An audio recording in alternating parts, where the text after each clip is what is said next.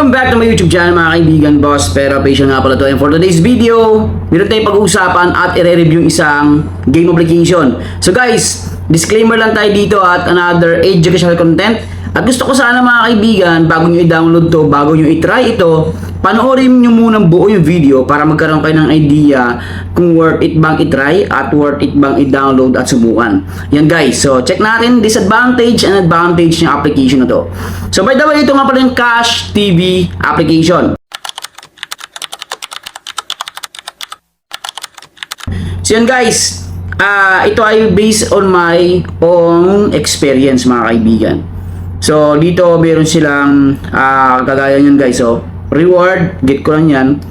Tapos tap ko lang yun to. Yan mga kaibigan. And meron ako ditong, check natin yung balance ko is 308 pesos, 308.50 pesos. Ayan mga kaibigan.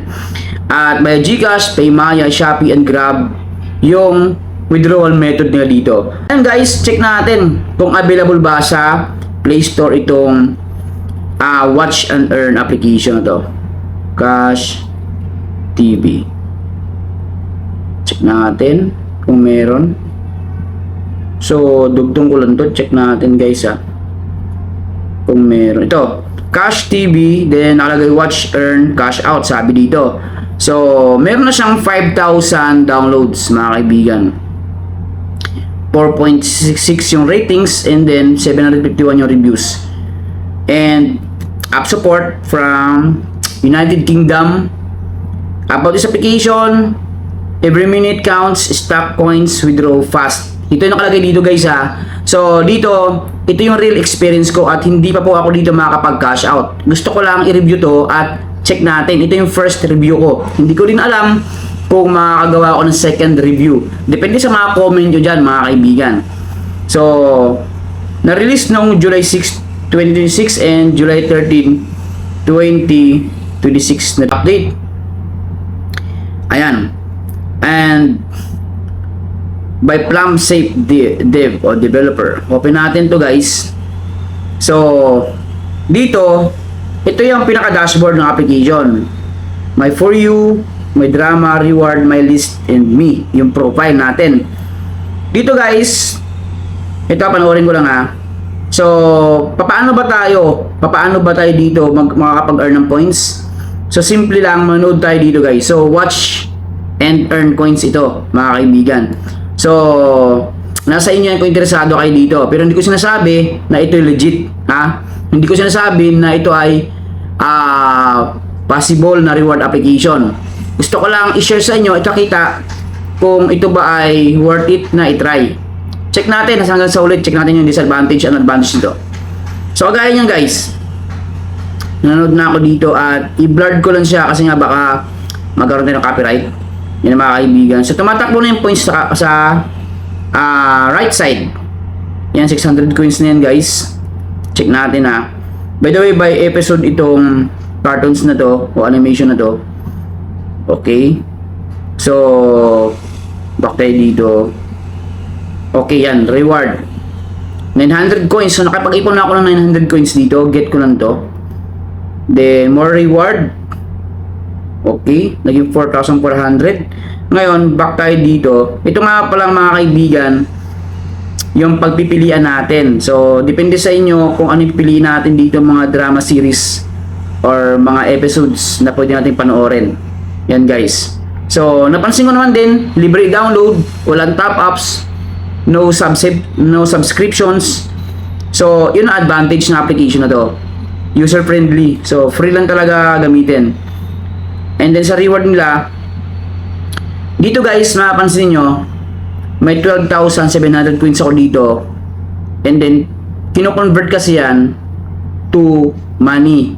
So, coins are converted to cash every hour. So, meron akong 54 minutes na lang. Yan ang exchange countdown, mga kaibigan. After ng 54 minutes, itong 12,700 is may lipat na dito. At hindi ko alam kung ilang amount of peso yung mangyayari dito, guys. So, ayan. Meron siya dito mga alternative, sabihin natin, mga earning method like spin, and then more coins, and then may daily task sila dito. Yan guys, So, watch bonus, task reward, by episode kasi yan. So, check natin. Halimbawa, ito. Natin dito. Spin tayo. Lucky wheel nila. Spin.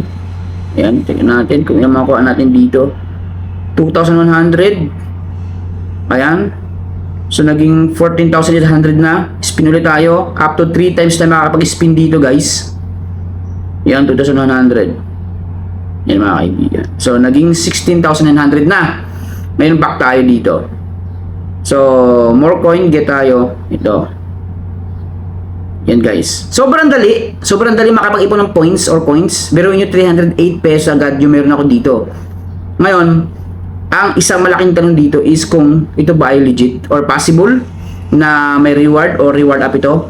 So, pag tap natin ito yung pipiliin natin. Paymaya, GrabPay, Shopee, and Gcash.